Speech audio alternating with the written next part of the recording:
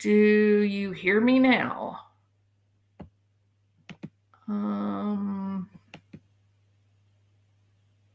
You should have sound. Hello? Can you hear me now? Nana Flower Power, Linda Sapples, welcome. Good to see you. Okay, good deal. Okay, sorry about that. My bad.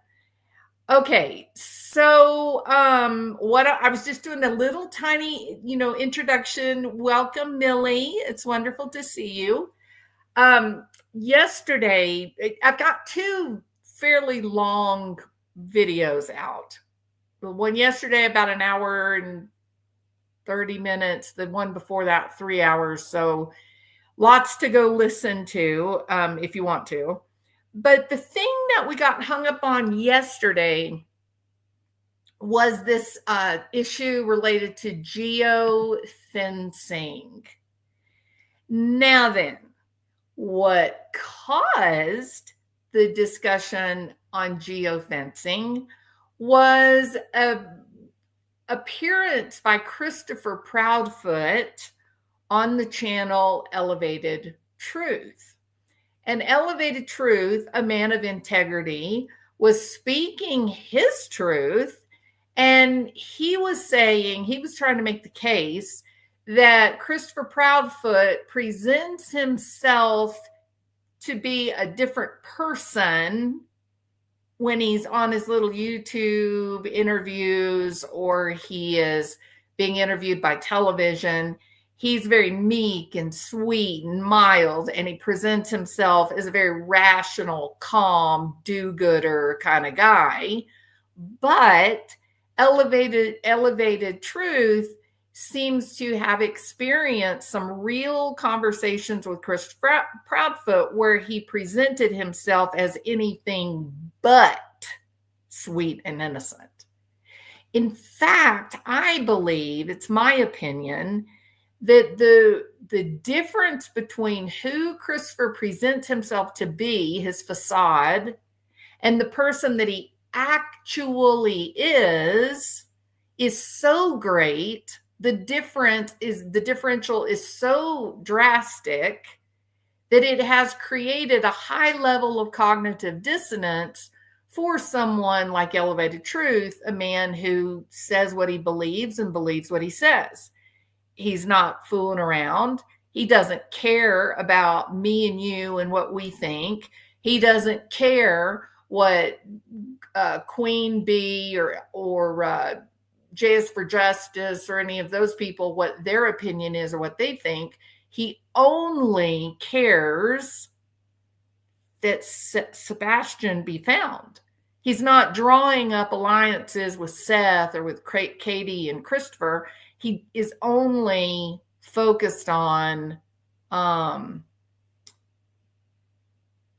Denise. You gonna get me in trouble, girl. What are you talking about, Willis? All right. He only wants to defend Sebastian, wants to get down to what is going on with Sebastian. And he has had more than 40 hours of direct conversation with Christopher Proudfoot. And things have been said that he has now reached a point that he is very uncomfortable because it would appear that Christopher Proudfoot is being disingenuous. He is not, in fact, acting behind the scenes like he acts when the cameras are rolling. Right? That makes sense? So he's uncomfortable. So he's telling this story on his channel the other night, and he's saying, you guys don't know the real Christopher and Katie Proudfoot. You guys that are making them out to be these sweet, innocent people, you don't know the real people. And I do. I've had more than 40 hours conversation with them, and I know what they're like, and they're not being truthful about who they are. He did not say that he thought that Christopher Proudfoot was culpable in the loss of Sebastian, but he did very much say that Proudfoot is not being authentic and telling us the truth about who he is. Yeah. So that is a person of integrity. Okay. I have never ever listened to you and you literally cannot speak out loud my post. Well, Denise, I'm sorry that you're needing a little extra attention today, but my live was not made to make it the Denise show. But don't be mean to me. Don't be rude to me. Stop. Be kind. Be polite. All right. Now then. So that is what got the geofencing stuff. Now, Christopher has basically been hiding. He and Katie have been laying low. They've been hunkering down, if you will. And most people will hunker down when they feel like they're safe, when they feel like they're right. They don't want to take the chance that they're going to speak out and then inadvertently say something that could get them into trouble. So they stay quiet, right? As long as they feel like they're safe, they stay quiet. But something made Mr. Christopher Proudfoot very uncomfortable. In fact, he was made so uncomfortable that he literally emerged from the shadows. He came up onto the panel with Elevated Truth, unknowing to Elevated Truth that this was going to happen. He had no idea that Christopher was going to come up there. And I believe him because the reason that I believe him is that when Christopher Proudfoot began speaking, he was hella triggered. Bigly. All right. Now then. So Christopher Proudfoot goes up on panel. He's screeching and screaming and threatening, basically having a 2-year-old temper tantrum. And Elevated Truth maintained his dignity and integrity in a far better manner than I ever could have. And we learned that the thing that Christopher Proudfoot was upset about was, don't you talk about my truck. Don't you talk about my truck. Elevated Truth, don't you talk about my truck. That's a direct quote, actually. I'm not kidding. I have expected Mr. Proudfoot to break out in song, kind of like, I love my truck. It's right outside.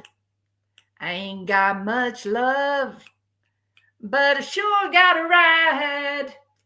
But he didn't. He just kept screeching and screaming and cussing and complaining. And basically, he's telling Elevated Truth that Elevated Truth, he didn't like the tone in Elevated's voice. Okay. He didn't like the tone in his voice. And so it was quite a long, very interesting listen. All right. So then I got to thinking about it. And I thought, Christopher screaming about, don't you talk about my truck? Don't you talk about my truck? And I thought, golly, Mr. Proudfoot, you have been so smug and comfortable and quiet, just skulking about in the shadows, laying in the dark, in wait. What made you so uncomfortable that you had to come out of the shadows? And it was, in fact, the discussion on Elevated Truths about the truck. And the particular information was that Christopher is telling Elevated Truth a story. Denise, I gotta say something, Denise. Everybody, look, she needs her attention. Oh, wee. All right, Christopher, Denise, you have now gotten on my last nerve, and I'm a pretty likable person. So goodbye. All right, now, oh no, not you, Sketty Nona. I did. I got Sketty Nona. My cursor moved. Shoot. Denise, there we go.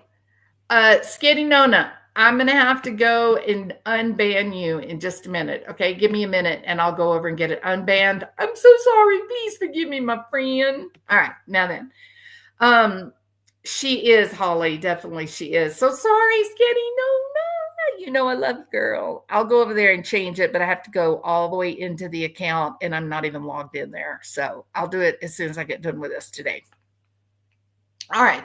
So the story that Elevated Truth is telling is that they're talking about something that happened with law enforcement where they did this technique called geofencing, and that there were two open networks, or that the geofence net captured two unknown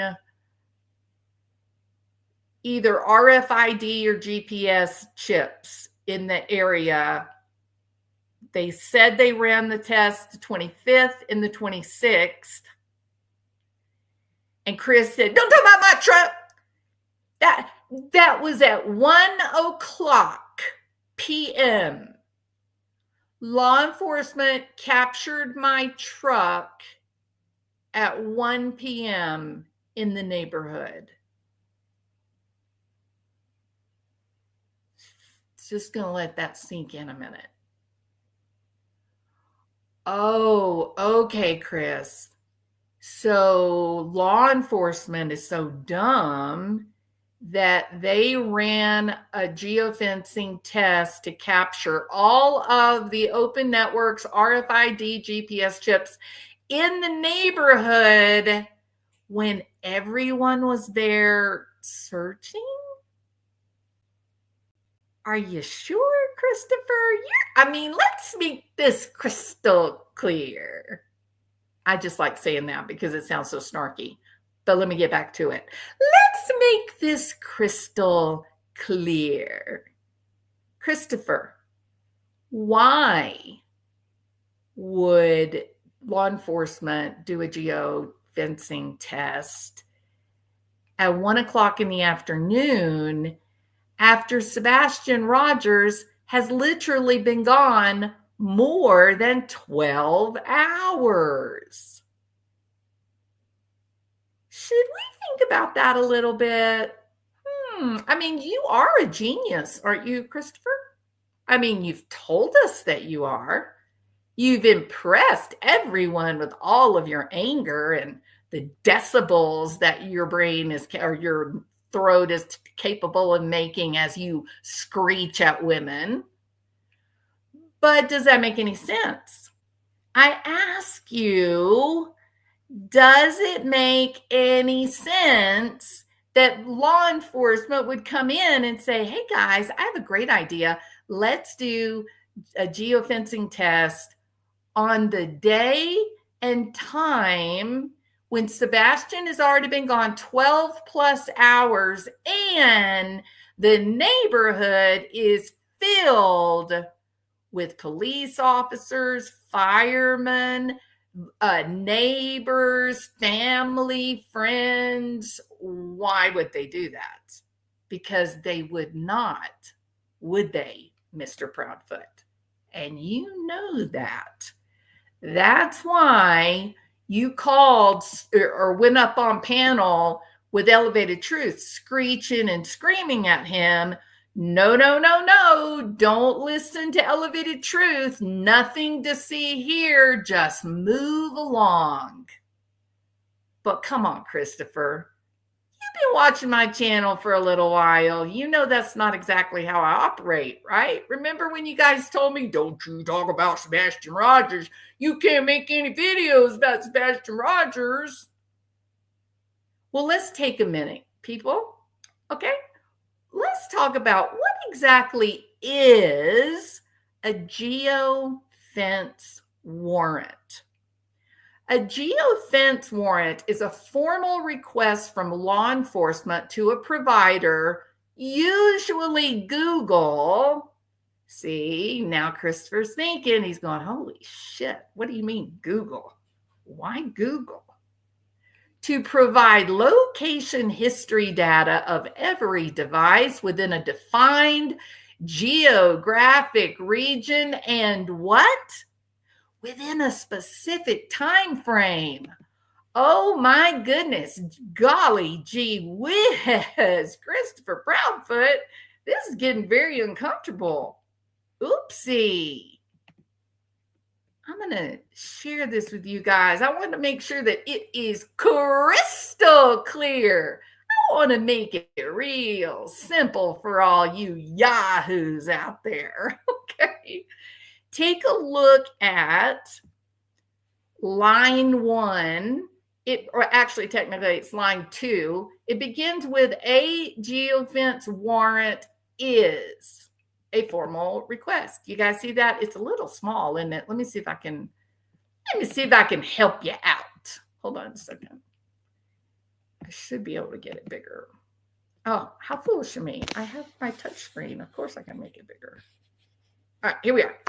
A geofence warrant is a formal request by law enforcement to a provider, usually Google, to provide the location, history data of every device within a defined geographic region and what? Read it and weep. Within a specific time frame. Bum, bum, bum. Those two factors, location and time, are the most important elements of a geofence warrant. What?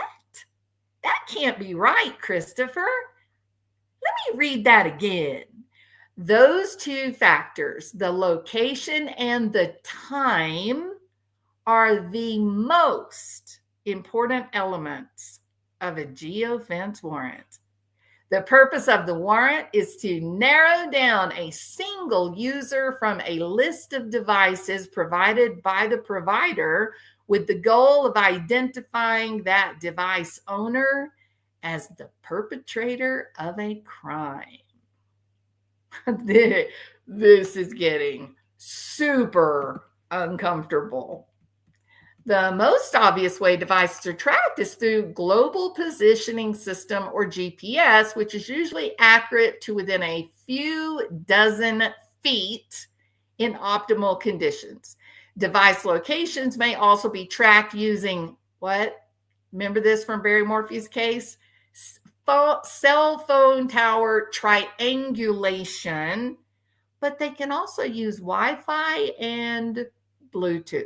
Basically, RFID chips and GPS. Location history information can often reveal a device location much more precisely than cell site location data. What that means is if you're an investigator and you're able to get a geofence warrant, you don't need to worry about cell phone towers. That's right, big guy or little guy, or whatever you are, kind of guy.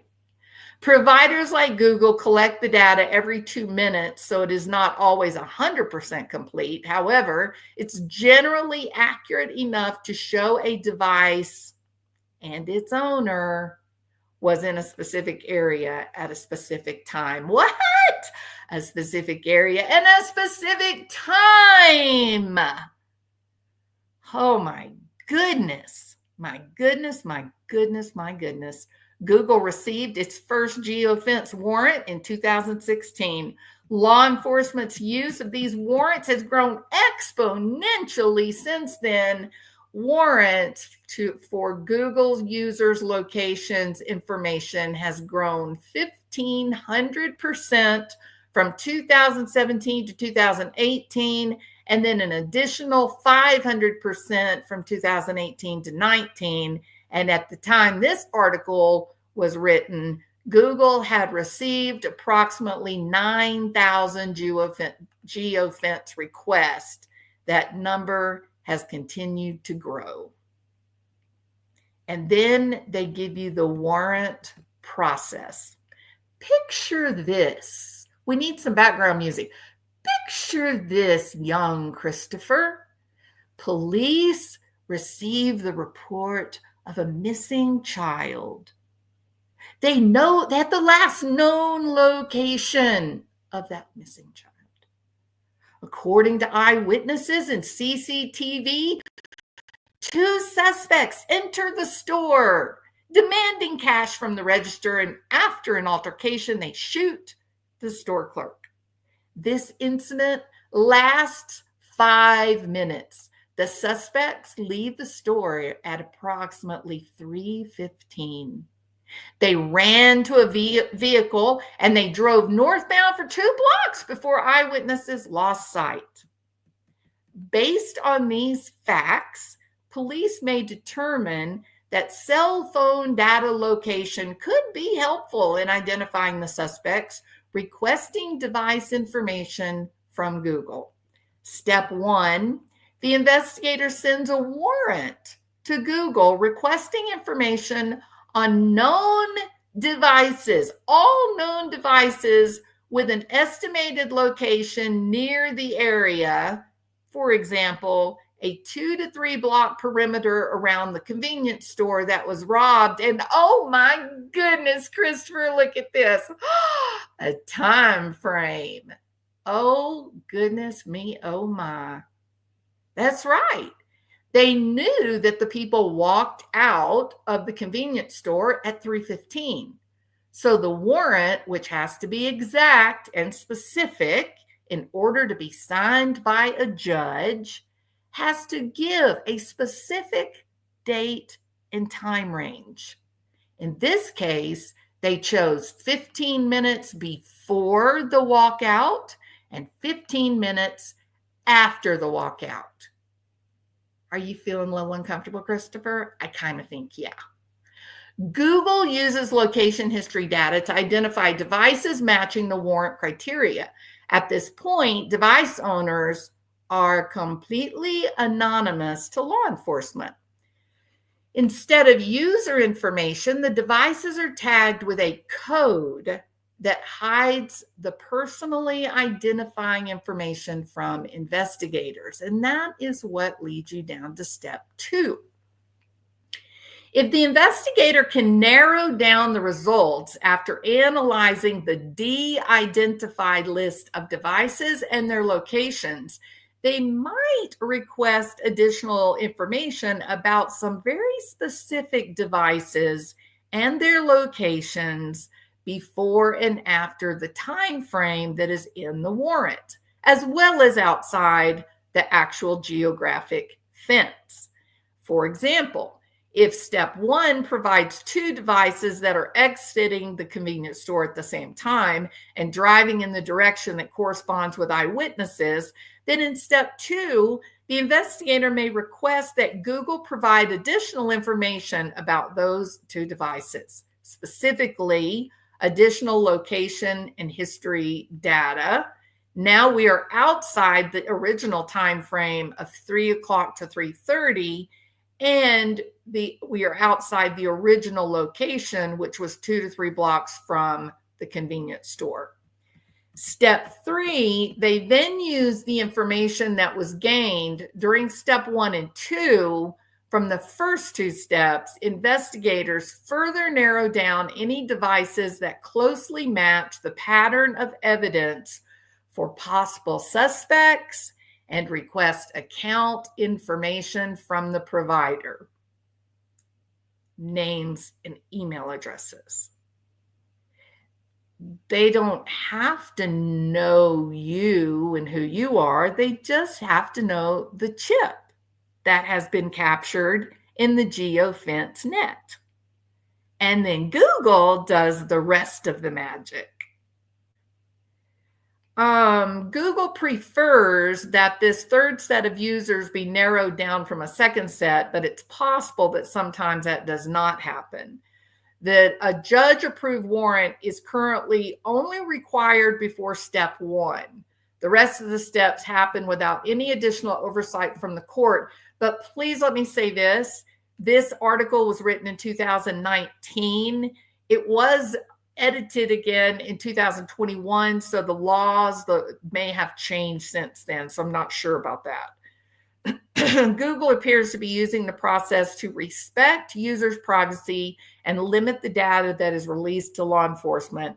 Nevertheless, Some people do see this as problematic, but make no mistake about it. Geofence warrants have been challenged in criminal investigations and trials for 5-7 years now, and they've stood the test of time. I think they're probably here to stay.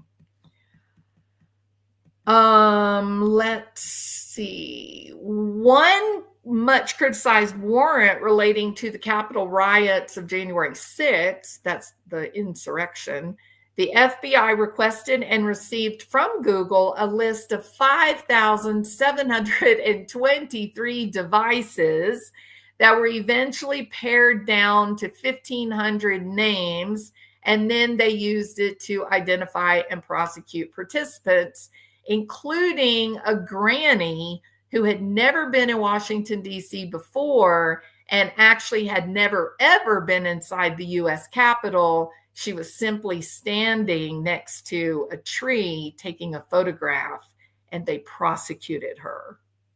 True story. Let's see. Arguably, this allows law enforcement to work backwards to say, we think a crime was committed around this place and time, so let's sweep the location for everyone who was there and investigate them all. Now then, again, Christopher Proudfoot came just blowing into the Elevated Truths channel, screeching and crying about, oh no, don't talk about my truck. And Elevated Truth says, well, I'm not talking about your truck. I'm just saying that the person that you are in, on the YouTube interviews and the television interviews, it's not really been the person that you've been behind the scenes. That you don't always tell the truth, Christopher. That was Elevated Truth was trying to say as I sat there freaking out. And you say, well, why? Why are you freaking out? I mean, he's just saying that he acts one way when people are watching. He acts different when other people are watching or not watching, meaning, Christopher Proudfoot seems to be a man who has zero integrity. So there's that. But the reason I was freaking out is this. What are the two most important things about geofencing warrants?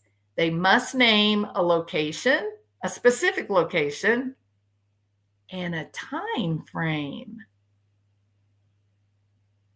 The cops are going to encounter a judge who's going to say, hey, buddy, what do you mean you want geofencing information from 12 a.m. on February the 25th to 12 a.m. on February the 28th?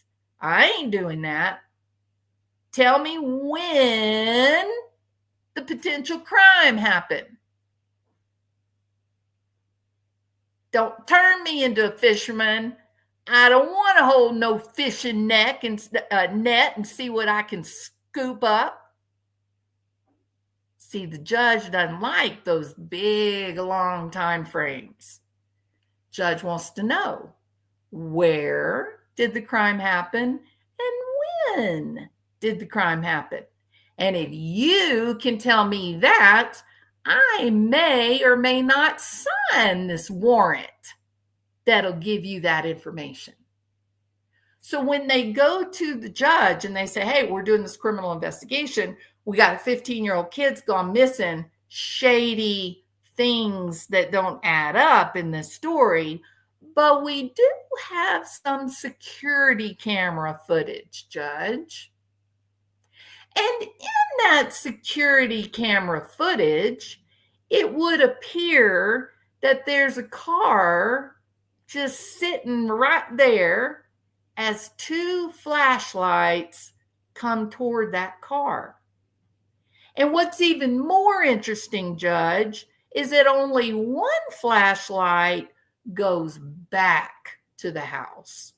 And this is the house where the 15-year-old boy poofed into thin air. Could we have a geofencing warrant, please, sir? Can we? So tell us again, Mr. Proudfoot. Tell us again, growl at us again, screech and scream, scare us, make our knees knock together in fear of your anger. Tell us again how your truck was caught up at 1 o'clock in the afternoon after you had already returned home to look for poor Sebastian. Because if you say that, I'm going to call you a bald-faced liar just based on the way that the courts work. And all your other little friends like Cheesy Wheezy and the girls, when they scream and yell about, ooh, you're going to mess up an investigation. This is dangerous. You should tell the cop. I don't have to tell the cops. Elevated Truth doesn't have to tell the cops. You want to know why? Because the cops got their warrant. The judge said, oh, God, what? Let me see that security camera footage. Roll that beautiful bean footage. Let's get a look at that car. Oh, yeah. I see the car. Oh, look, the lights came on. Oh, that's curious. Why did that car back up? Why didn't that car take the easier route to just go forward and turn around in the little cul-de-sac? That is curious behavior for a car at 3 a.m. Oh, yeah. Is this what you think are the flashlights? Why, they do look like. Boys, y'all gather around here. Look here. These look like flashlights. Damn. Wow. Yeah. I see it. I can see what you boys can see. Yeah. I understand now why you boys are asking for a geofencing warrant with a specific location and time. Where's my pen? Erlene, what? Did you walk off with my pen again? Give me my pen. I got to sign this warrant right here for these law enforcement boys to go find out what happened to this young man. My goodness, quit taking my pens, Erlene. How's a judge supposed to be doing his judgely duties without a pen, I ask you? And at that point, Mr. Proudfoot, he signed that warrant, didn't he? Now you're asking yourself, but Jules, what does this have to do with Christopher Proudfoot? Well, I don't know. What do you guys think it has to do with Christopher Proudfoot? He's a genius after all. Did you guys know that? I mean, that's why he's always said, let me make it easy for you. I'll make it crystal clear. Let me tell you something. Let me make it easy for all you yahoos. Except he said to Elevated Truth, the dumb law enforcement officers didn't even know it was my truck. I don't know, Christopher.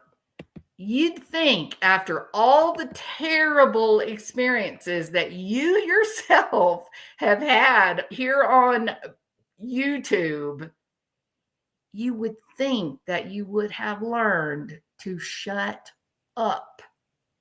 And yet, you just keep talking and talking and talking. You just keep meddling, don't you? And you thought you were going to bull Elevated Truth. It's fairly incredible, really. I've never seen one hapless individual bumble his way from one day to the next, just digging one hole after another. Gainesville police were using what's called a geofence warrant. Police place a virtual perimeter around a crime scene and determine a window of time during which they believe the crime occurred. They then ask a judge to sign a warrant like this one, asking Google for cell phone location data that fits those parameters. That nets detectives a list of phone numbers and potential suspects. Kenyon says it's a clear violation of the Fourth Amendment requirement for probable cause in obtaining a warrant. Oh, so The problem with cocky, Annette. geofence warrants is that they don't have what's called that particularity that's required. It's essentially a broad, sweeping general warrant of the judge says, okay, law enforcement, you can get anyone and everyone. Unfortunately, it's been challenged in court time and time again and wins. So you can keep on complaining, but listen carefully to what he says. Not about, oh, geofencing is a general warrant, yada, yada. No, it's not. It's not a general warrant because they are required to list a specific time frame. I don't know, Christopher. Call me stupid. Call me low IQ if you want to. Call me an evil bitch. I don't care. But I'm going to make a guess here. I don't think the cops would get a signature for a warrant from a judge for 1 o'clock in the afternoon on the day that Sebastian is already gone and the neighborhood is filled with hundreds of cell phones, trucks and cars that have the telematics. Sorry, Christopher, you've been caught in a lie again. A warrant of the judge says, okay, law enforcement, you can get anyone and everyone that is in any proximity to the crime scene. Zach's warrant got thrown out by the judge and he was in the clear, but he still had to pay a price. The money I had to get from my parents to cover the criminal defense attorney was more than the jewelry that was stolen from the house. Gainesville police declined an interview, and to this day, no arrests have been made in that case. But So in this situation, the guy that was on the bicycle, he's just out for his daily, bicycle ride, being heart healthy. And he's going about his business, not bothering anybody. And he gets a letter. And it says, hey, your information has been released to, he got the letter from Google, from the Alphabet company, and it said, your information was requested by XYZ law enforcement. We have complied with a legal warrant. You can find out more information about your situation by calling yada, yada, yada, yada. He was literally just riding along on his bicycle, and there was a robbery happening at one of the houses that he drove past. And because I'm real sorry about this, Christopher Proudfoot, but you're just going to have to come to terms with realities at some point, big boy. At some point, they had knowledge of what time this robbery happened. There was some security system that let them know when the robbers actually were in the house. When the cops got that information, they were able to get a warrant for that time frame. They had to prove first that they had a reason for believing that was the time of the moment of the crime. Hey, Christopher, I got a question for you just because I'm one of those dumb old yahoos. Maybe you can make it clear for me. Help me out a little bit, Christopher. Exactly what crime was being committed at your house at 1 o'clock in the afternoon on the 26th? Because you told us that was when they found your truck in the geofencing net. The guy was able to prove himself innocent. They did actually get the people that got the jewelry by finding the jewelry, and all turned out well. So what is so critically shocking about this is, number one, he admitted that it was his truck to the cops. Number two, the implication, I love my truck, Nick. It's right outside. I ain't got much love, but I sure got a ride. Oh, yeah. He loves his truck. Christopher loves his truck. All right, now then, back to being serious. So why so serious? I suspect that Christopher Proudfoot is probably feeling a bit serious right now. You know what I mean? As the light bulb sort of comes on in his brain, and he's like, holy shit, what did I say? And you did. So sorry, but you said it. He actually said, those dumbasses, that would be you, Sheriff Craddock. I mean, I'm not calling you a dumbass.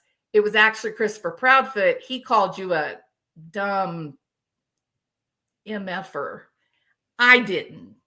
I respect the blue and the khaki, because you're a sheriff. That is the khaki. And he called you a dumb MFer. But he says, the dumb MFer didn't even know it was my truck. He admitted it, that his truck was caught up in the geofencing warrant.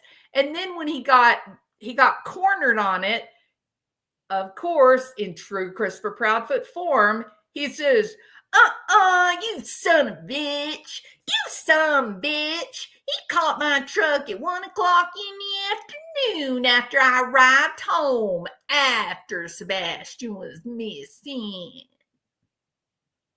And all of the Christopher Proudfoot cult members, Cheesy Weezy and the girls, I affectionately call the cult Cheesy Weezy and the girls. Cheesy Weezy and the girls said, Christopher wasn't there on 25th. That'd mess up his alibi. You big old fat liar, Elevated Truth. He was there 1 o'clock in the afternoon. That's after Christopher came home to look for Sebastian.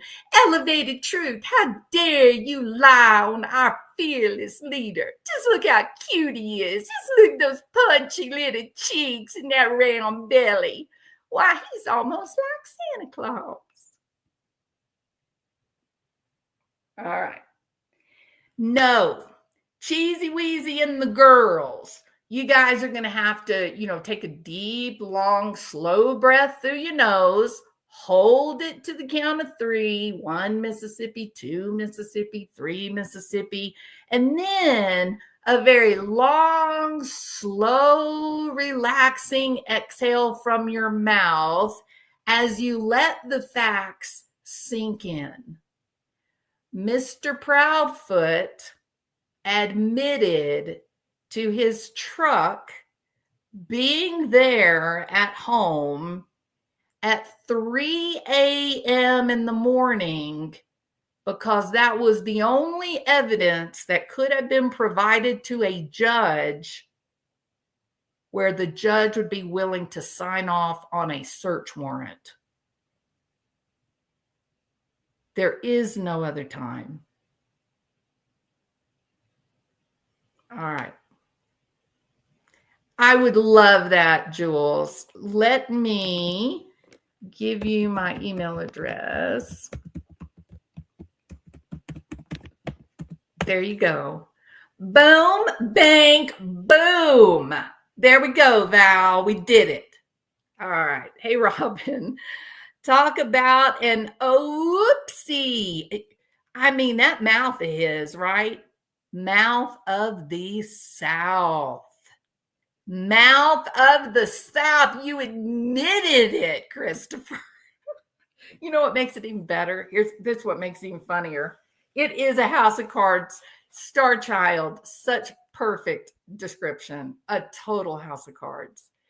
Judges don't allow fishing expeditions, Christopher.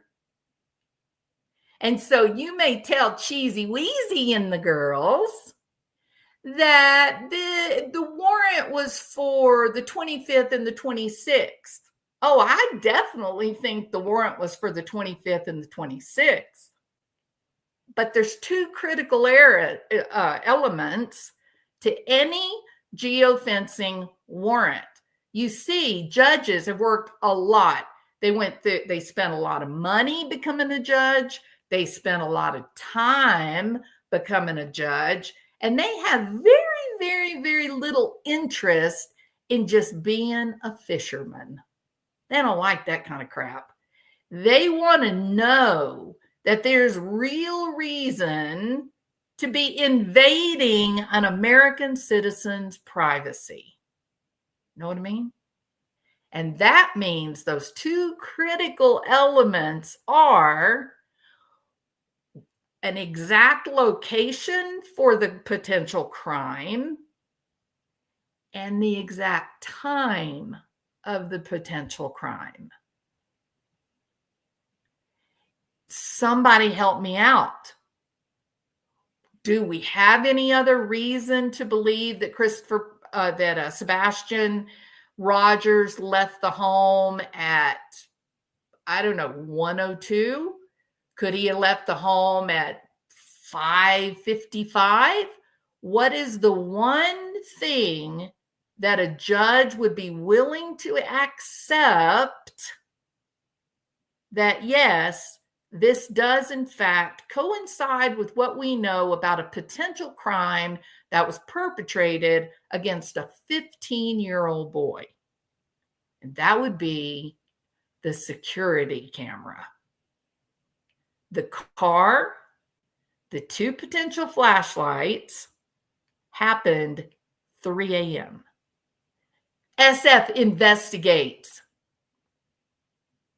Shame on you. I don't know who you are or what you are. I have no idea, but I'm going to figure it out. And the reality is, nothing about nothing at 5 a.m. with a trash truck had a damn thing to do with Sebastian Rogers going missing. You know it, Katie knows it, and everybody else knows it. That geofencing warrant was signed because there was a car seen on security camera at the backyards of where the Proudfoot home was. You can clearly see two flashlights leaving that home, making their way through the backyard. And then the car does the most curious things. It doesn't move forward and turn around in the cul-de-sac like me and you would do. It backs up. It backs up in order to leave. And then where did it go? Because I got an idea. Who wants to bet there was more than one geofencing warrant signed? Who wants to bet? I'll bet. I bet there was. You want to bet against me, Christopher? All right. When did this start? I think SF is a fixer, Tiffany. When did this start? His mouth is completely built this case, thank goodness. The snooper, I agree completely. Robin, is this Sebastian's grandma?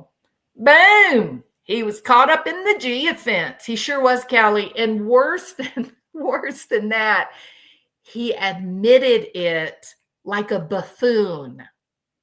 Now he wouldn't have been able to hide it. The cops are not dumb.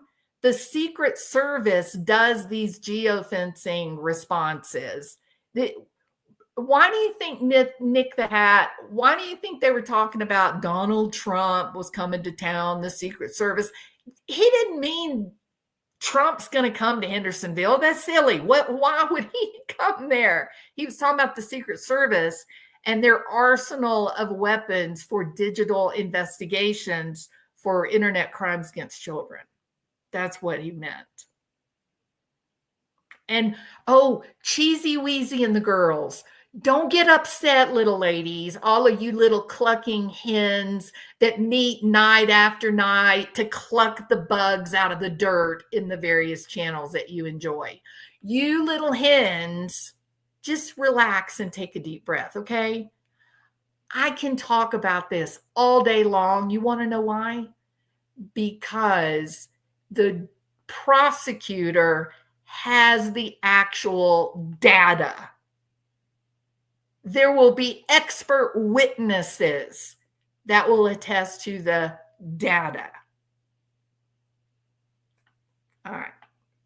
With all due respect, you don't know what you're talking about. Please stop trashing me in chats. Where is that tit for tat? I don't see tit for tat. I must have already blocked her. Oh, there's Lady Tit for Tat. Lady Tit for Tat, leave Jules alone. She's our friend. All right. You know for a fact Agent Simmons knows who I am, and you know why. Oh, yeah.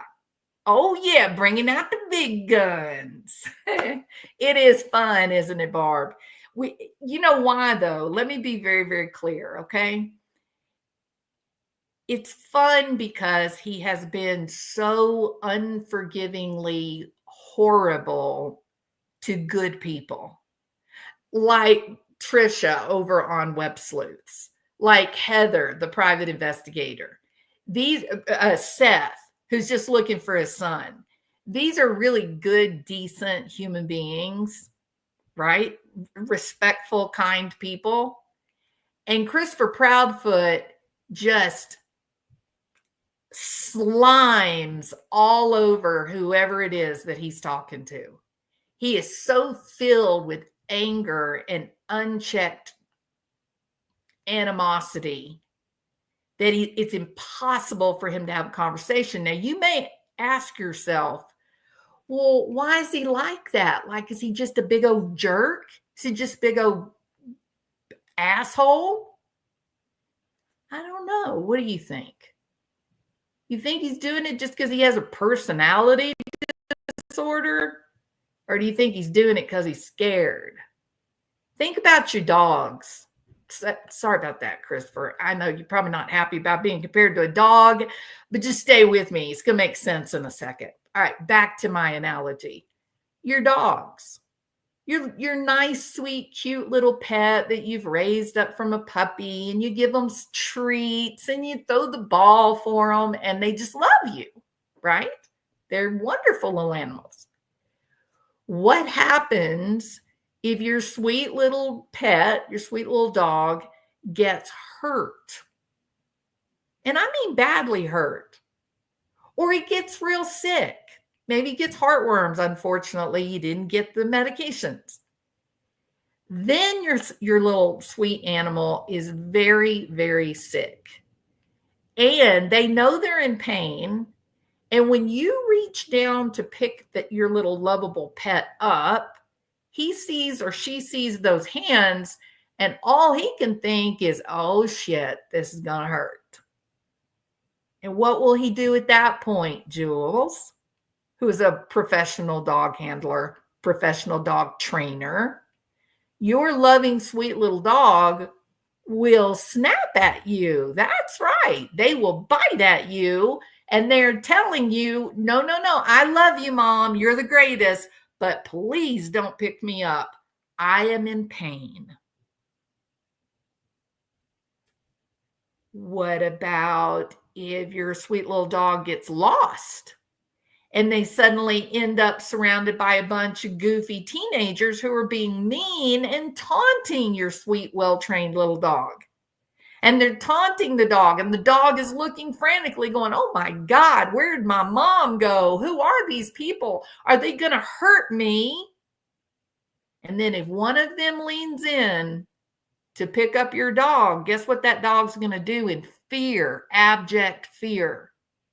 It's going to bite those hands that are trying to pick him up.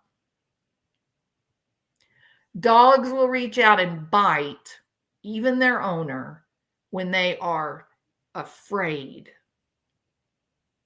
when they're scared, when they don't know what's happening around them. And I kind of think Christopher Proudfoot is probably scared. I think all that screaming and yelling and carrying on, I think that's fear. I think it's good old-fashioned, what are you doing? Don't talk about this. Be quiet. Don't talk about my truck. Oh, please. You weren't worried about Elevated Truth talking about that truck. You don't care if anybody talks about your truck. You were talking about the specific time and location of the geofencing warrant. That's what you were trying to make everybody be quiet about as you screamed and yelled at everyone.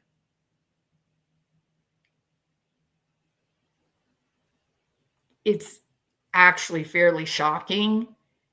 I sat and listened to Queen Bee's channel. Cheesy Weezy and the girls came down on Elevated Truth in a way that was absolutely just obnoxious, because they just can't understand the implication of that geofencing warrant. They can't let that happen. They're bought in hook, line, and sinker on the innocence of Christopher Proudfoot.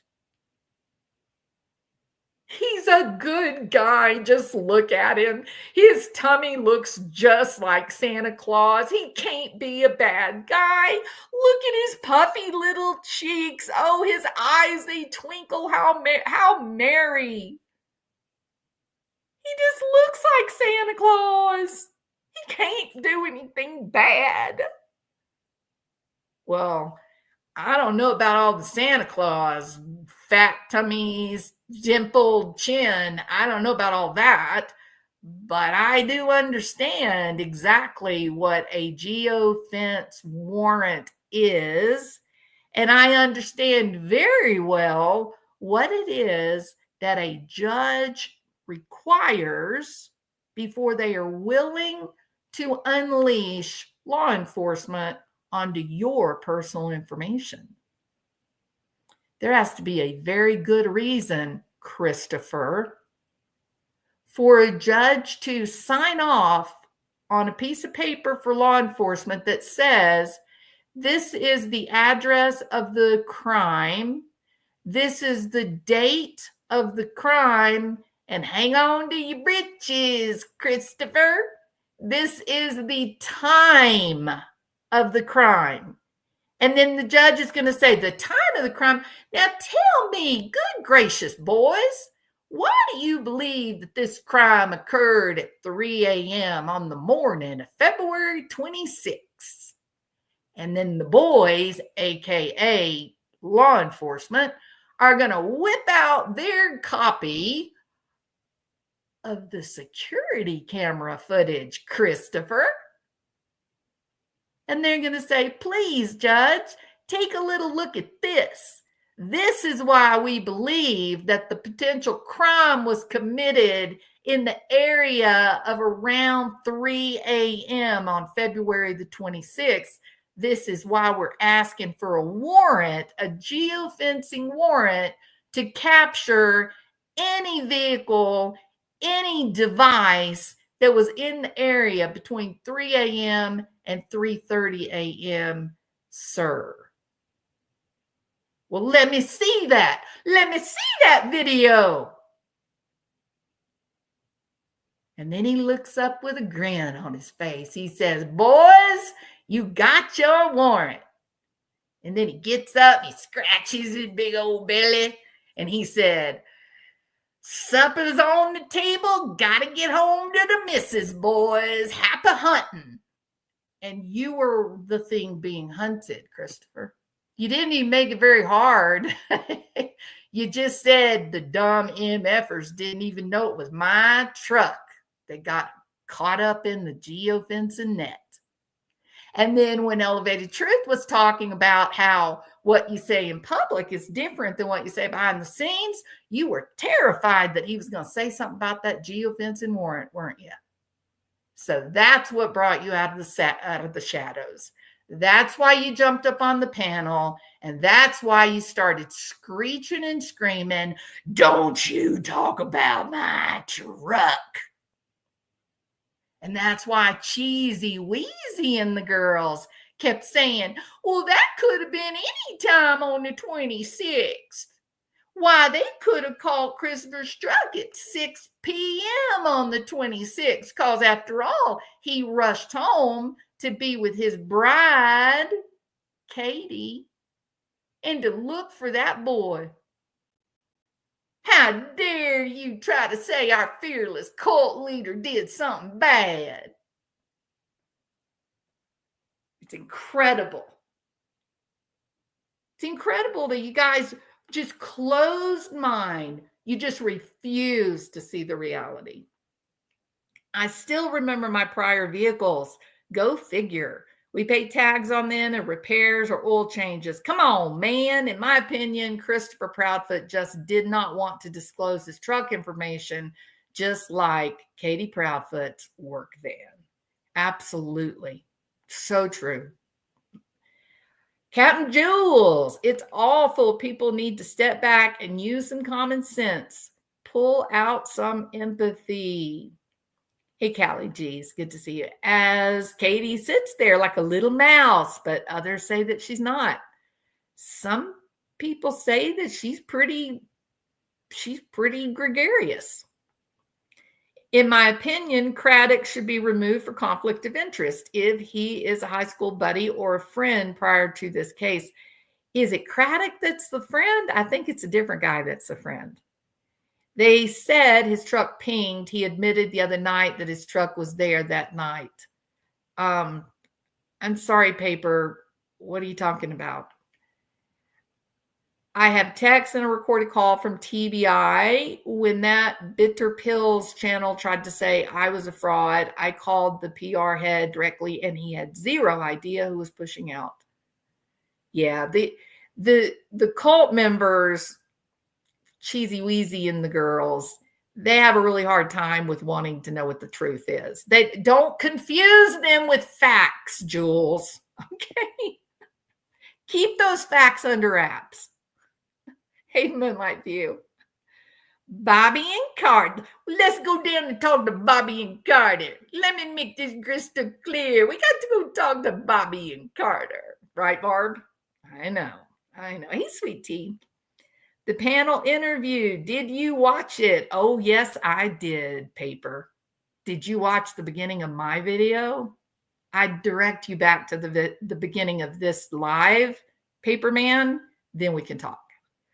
I could listen to you all night. You just make me feel better about the world. Yeah, I irritate the hell out of a lot of people, but thank you. You are a sweetheart. Thank you. The more CP underestimates law enforcement, the better. Totally agree. When I hear, whoops. Hang on. Where'd it go? When I hear C state, they have nothing. They have no evidence. The best thing about Sebastian going missing is he left no evidence. I never said that. Oh, but you did. And I played that clip too. Makes me nauseated when you put into perspective who is saying it on why it's being echoed. We know why he's saying it. They all admitted to talking to him in the background, of course. They're going to defend him. Oh, they're doing more than defending him, Angel. I believe in my heart. These Cheesy Wheezy and the girls, they're willing to lie for him.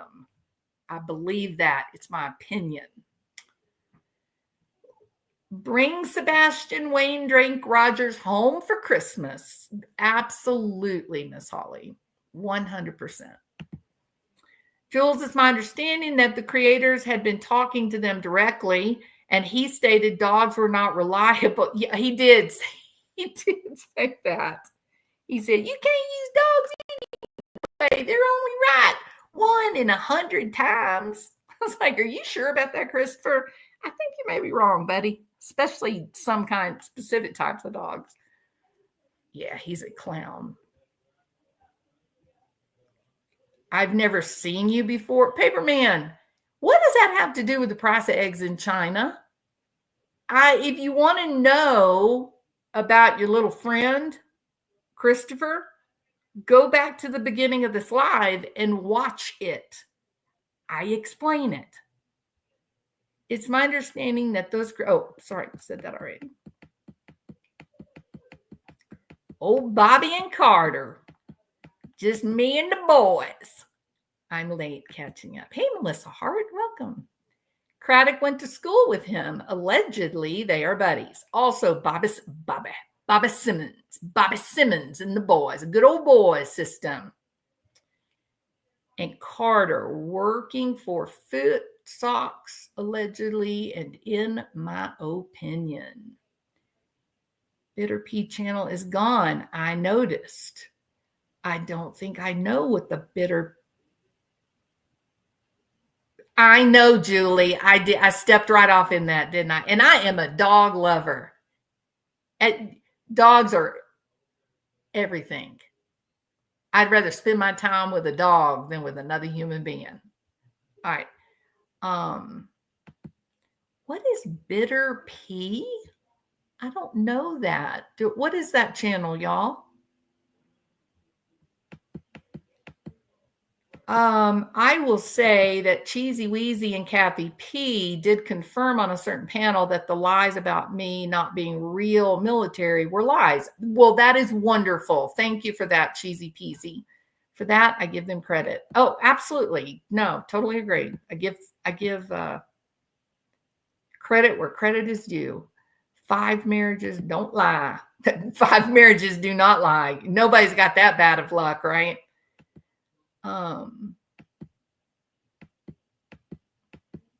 Hey, Poppy Love. Yes, that's what it was. Christopher Proudfoot said that dogs were only accurate 25% of the time. That is obnoxiously wrong. There's dogs that can find things that have happened like there was one article that I was reading about one time that there was this dog, I think it was a bloodhound, and they were actually looking for dead Civil War soldiers. And this dog was able to find them from hundreds of years ago. Yeah, you stepped off in that one too, didn't you, Proudfoot? Incredible.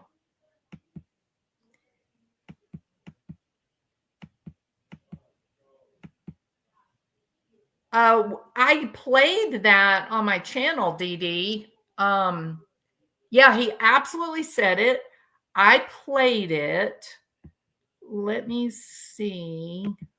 Hold on. Let me get it pulled up. It's going to take me a second. Sketty Nona, I have not forgotten about you.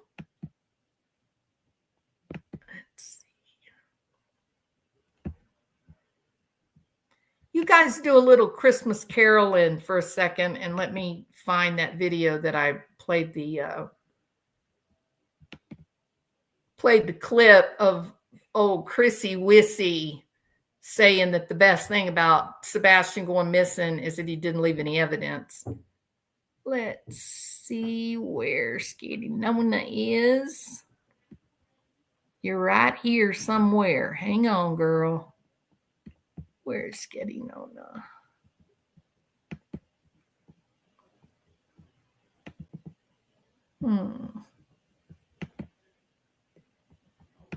All right, that ought to do it, Skitty.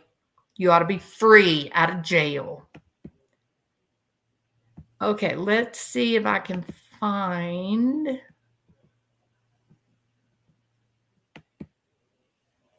They're low incluminati down into holes. Nope. I ain't got that much trust. No. Not happening. All right, let me find the live where I played the clip.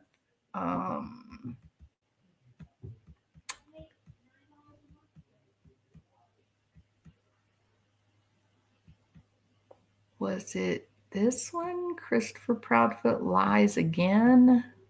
December 20. Yeah, it's got to be this one. I think it's this one, guys. Hold on.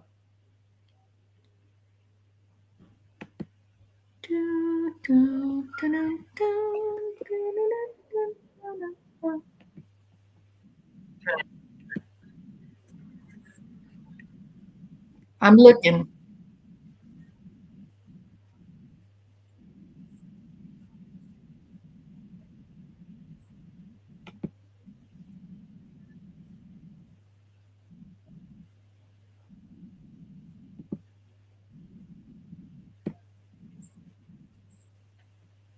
I think I found it. Ugh, I'm sorry. I have a serious aversion to his voice. Hang on just a minute. Let me get it uploaded. I've got the clip right here. Hang on. Christopher Proudfoot lies again. Share. Full screen. Let's see what he's got to say this time. Sorry, Crime Circus. The law enforcement here was there in my house and they told us all about it. I mean, it's, you know, it's so simple that it's probably a very boring case if you took away all the crap. It's just a simple, we have a 15-year-old autistic child that is missing. And unfortunately, the best part about it is he has managed to do this without any evidence left behind whatsoever. What? I mean, goodness, what? Christopher Proudfoot. What? You are again proven to be a what? It's probably a very boring case if you took away all the crap. It's just a simple, we have a 15-year-old autistic child that is missing. And unfortunately, the best part about it is he has managed to do this without any evidence left behind whatsoever. Without any evidence left behind whatsoever. Golly, Christopher. You know, it's shocking, actually, Christopher. I can't say, well, no. This, you seem to be, you have the worst luck of any person I've ever seen. And if you just quit talking, you probably wouldn't be here where you are right now. So, isn't that something? Yeah, Luminous. That's it. That's real. It's coming. It is coming. Yep. I fell into a burning ring of fire. I went down, down, down, and the flames went higher. And it burns, burns, burns, that ring of fire. Folsom Prison Blues, Christopher Proudfoot. You need to get, I bet you maybe somebody will give you a Johnny Cash album for Christmas. You need to just start playing that Johnny Cash album over and over and over so that when you're in the clinker, you can just sit there and hum to yourself. It'll give you something to do while you're twiddling your thumbs. You know what I mean? All right. Enough of the silliness, the foolishness, right? I hope you guys, let me say this. I do apologize for the snarkiness, okay? I'm sorry. It comes at only 2 other times have I reached this level of snark. One, of course, was who evokes this level of snark? That's right. One Barry Morphew. So the Barry Morphew case, I was snarky. This, oh my goodness, Christopher, all of your nonsense, calling those wonderful women over there on web sleuths, calling them that terrible word. What kind of grown-ass man goes out on the internet and calls a bunch of women that he has never met, doesn't know, calls them a bunch of sluts? What is wrong with you, Christopher? There's something wrong. Let me make this crystal clear. Unbelievable that any self-respecting adult would speak to other adults like that. Truly. Christmas on Enoch Way, Christopher. Maybe you get you a Johnny Cash album. Wouldn't that be nice? That'd be real nice. Oh, Barry Morphew's going to get his. You betcha. That day is definitely coming. They had to get Linda Stanley first. All right. Tiffany Crockett, how are you doing today? Good to see you. I hope you guys are getting ready for Christmas. Oh my God, most boring case. In other words, he is trying to say nothing to see here. Just move along. You know what else he said, Laura? He said, talking about the kid that went missing in Memphis. Remember, he was found in the river. All I need is Jesus, coffee, and true crime. Are you a grizzly? We're all snarky. I love Grizzly's channel. I sure do. CP's defense structure is having foundation issues. Cracks are forming. No question, Martian Planet. He has gotten himself into a world of hurt. You got to, here's something that I was thinking about. Do you think he knows that he's in trouble? Hey, Justice Jane, good to see you. The mother has been quiet as a mouse. Took her 9 days to even come out and advocate for her son. And since then, 10 months later, again, quiet as a mouse, but I smell a big old fat rat. Me too, Justice Jane. Thank you so much for putting that out. I appreciate it. What do you guys think, sincerely? Because I'm kind of confused by this. I'm trying to work this out of my head. Do you think that he is understanding that he messed up? Like, do you think he knows that they are onto him? Or do you think he's still just so completely arrogant that he won't believe it? Do you think he's still kind of like Letitia Stout, just still believes nothing, the cops will never look at me? What do you think he is thinking? I think he knows, especially paranoid truth went to law enforcement. He thinks he is above the law. He's so arrogant. I go back and forth, Lil Red. I vacillate between, no, he's way too arrogant and self-obsessed to ever think that they could get him. And then I go to, no, he's got to be terrified. He's got to be absolutely terrified. I just keep going back and forth. I don't know. Hey, Cindy Westmoreland, great to see you. Thank you for this video. I love intelligent women, and you are one of those. Thank you, Cindy. Appreciate that so much. Justice Jane, missing 300 days. That is just criminal, isn't it? It's actually criminal. It's terrible. It's so heartbreaking. I think it depends if he has had too much eggnog. Now he will do that, Julie. He will get into his cups and he will go on a live stream and just slur his words and just yuck it up. Like, he has no problem doing that for sure. I think there's a little bit of drinking going on. Is this enough to take him in, or do they need to find Sebastian?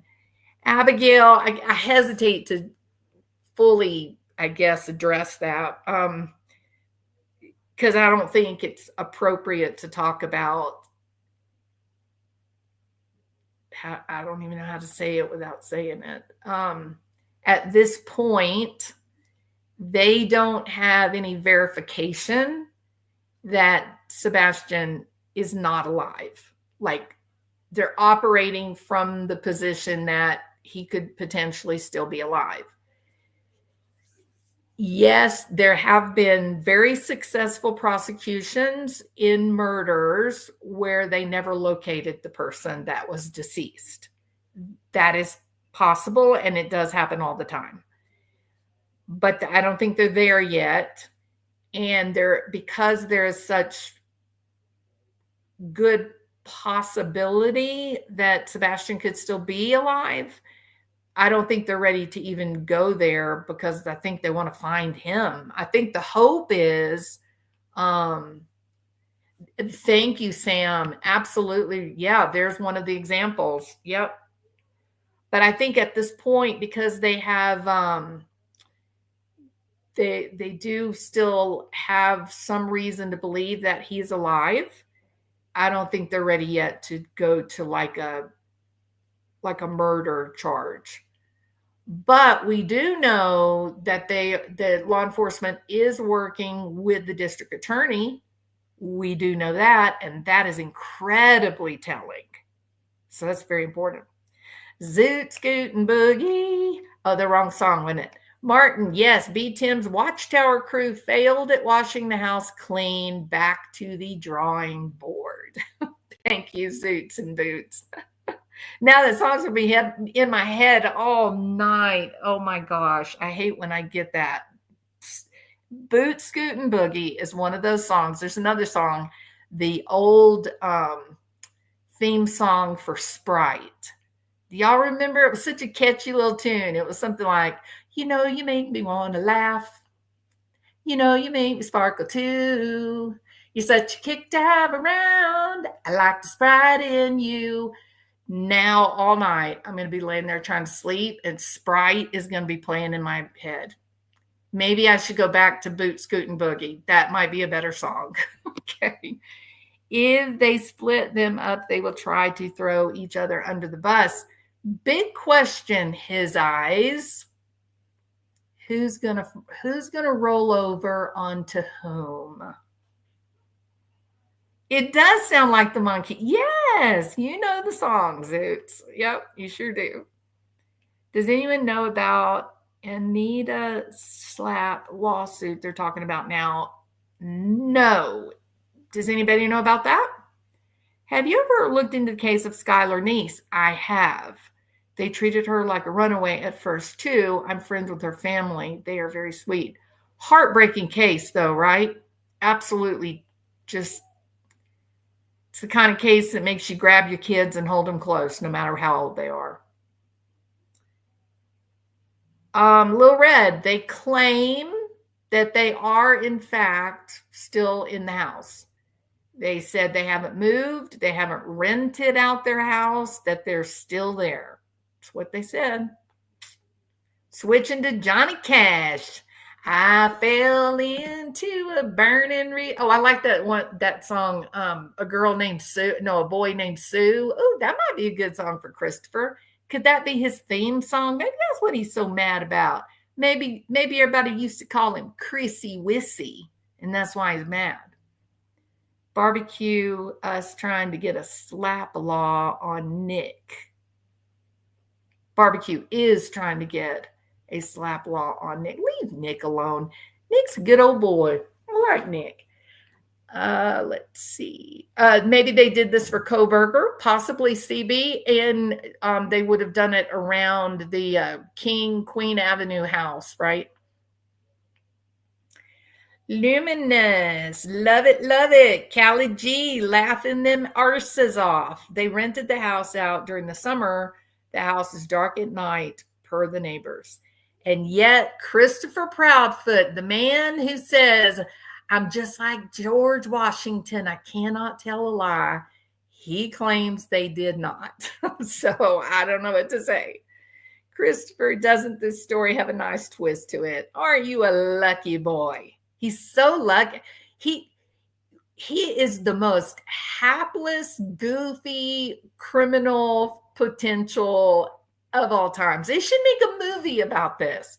They should make a movie about Christopher Proudfoot and all of the mishaps that his mouth gets him into. Don't you think that'd be a good project? Jesus, take the wheel. See you all later. Great live, very informative. Thank you, Lil Red, for being here. I appreciate it. Good to see you. Justin played it like a week ago. In my opinion, whatever Mr. Krith says, I take it as the opposite. As well you should, Sam. You are a wise person. He needs a big L on his forehead for happy. There you go. Smoky Mountain Mermaid. Who would want to rent it knowing what happened? Oh, well, very true. There will be a Netflix upcoming. Passion. What did he have left after CP made him throw his stuff away and gave away his snakes? You know, Jarhead Jane, those stories were so necessary to remove the facade that Christopher Proudfoot constructed, right? Oh, golly gee shucks, just look at us. We're just normal people, just like you guys. We love our children just like you love your children. We're just hard-working middle-class folks, just like you. All that. And then the stories began to seep out, didn't they? And that was when we got the truth about who these people really are and what they were capable of doing. People on a stream last night could not fathom the concept that it's possible food was used as a weapon against Sebastian. I'm like, but there's 5 CPS reports. It's not that far-fetched. Julie, I was just talking about that. What actors would play? Holly and a camera on the fridge. Have you talked about audio from the neighbor on the 26th? I have not talked about that, Julie. Don't know what that is. A normal 9 to 5. Don't have a child getting sent off to reform schools. Me neither, Zoots. In fact, I would fight tooth and nail to stop a kid like Sebastian from being sent to a reform school. He would have no idea how to manage that environment. Katie had to clear out Sebastian clothes 2 weeks after he went missing and gave them to Goodwill. I heard that whole background story too, and that is very chilling. The pair of pants that Katie said were his, the glasses that Seth thought looked like Sebastian's old pair. In my opinion, someone was planting evidence in order to convince us that indeed he was a runaway. Because those of us following the case, we intelligently recognize Jules got her dogs out there. She does this for a living. She does this for the military. If a 15-year-old kid leaves the house with no shoes on in the middle of the night, he is definitely going to leave a trail of DNA in the grass and on the sidewalk. And eventually, he's going to succumb to the cold, or someone's going to pick him up in a car, that meaning that his scent will just come to a stop right in one spot. So what they did is they went out and they planted little bits and pieces of his things so that they would have an argument to say, no, we found evidence that he walked off. Look, here's his clothes. It's not true. Thank you, Jules. Like I said, I irritate a lot of people. Oh, yeah. Mommy sucks. My neighbor was mistaken for Sebastian. Katie asking, is he wearing shoes on the post? What? Jesus, is so crazy. Does anyone have a link to guidance video to neighbor audio? Julie, I don't even know what that means, honey. If you watch my interview with Coffindaffer, I covered the different types of canines that were there that day. Really? I'm going to have to go look at that. Canine captain. You know, you make me want to laugh. You know, you sparkle too.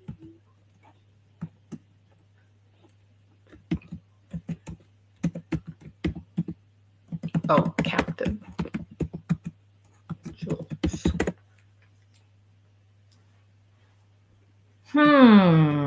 Where is your channel? Nope. Where'd it go?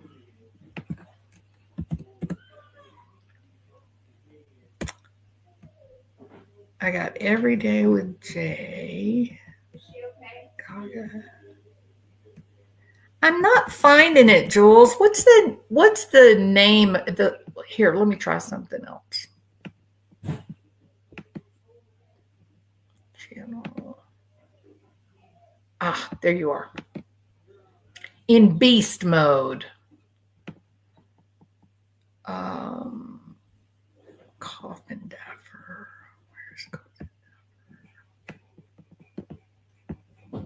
I'm going to put your link up here, Jules, as soon as I get the video.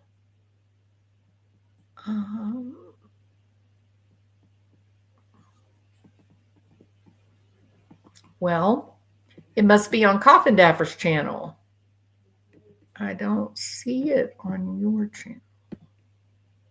Is it on Coffin Daffer's channel?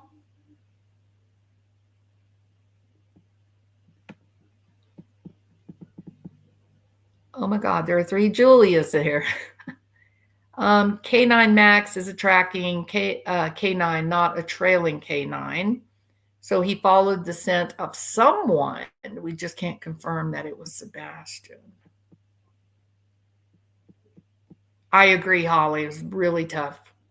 If you watch my interview with Coffin Daffer, I covered the different types. But is it on your channel or is it on Coffin Daffer's channel? It's on Jennifer's channel. Okay, thank you for that clarification. The last video she did on Sebastian. You know you make me want to laugh. You know you make me sparkle too. Jennifer Coffin Daffer and Sebastian Rogers.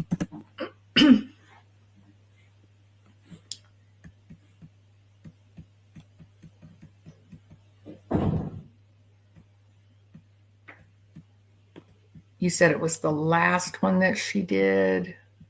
Oh, that was 4 months ago. That's not the one. Let me do it by date.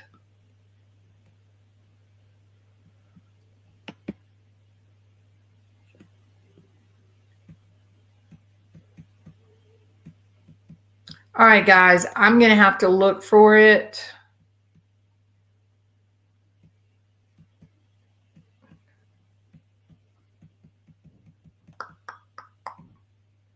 Yeah, sorry about this. I can't find it. I'll look for it, and then as soon as I find it, I'll put it on my community tab, okay? Sorry about that.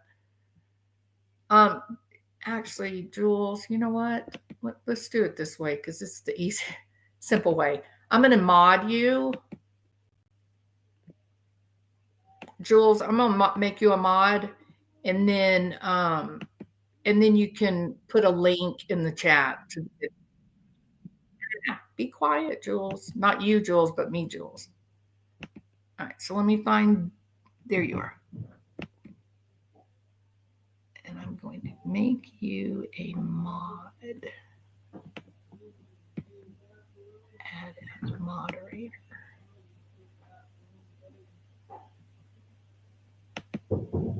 Save. All right. It may take a second for it to take hold, and now you'll be able to put a link in the chat. All right. Okay. Hey, strawberries and peaches. True crime. You got to Google the Paris Hilton bill that got approved. Abuse of children in these homes for reform. It's a nightmare, baby son forever. Nightmare. Hey, Chris, how clean is your truck? I bet it's nice, real nice. I like the Sprite in you. Which video? Oh, Jules was on with Jennifer Coffin Daffer talking about Sebastian, and she goes through the different dogs that were there for the search. Thank you so much, Jules. I'm so proud for Paris Hilton for moving into this phase of her life, being meaningful celebrity with real life lived experiences. Absolutely the same. Yes. Thank you, Jules. Appreciate you. I feel like a nincompoop. All right. So this is the link. Y'all all say thank you, Jules. This is the link where she's talking with Jennifer Coffin Daffer about the dogs that participated in the search for Sebastian Rogers. Okay. We need to watch that. So when I end this live, I'm going to be going over there to watch it. Nick, you know he is. You know he is shivering and shaking like Marie Laveau. You guys ever heard of Marie Laveau?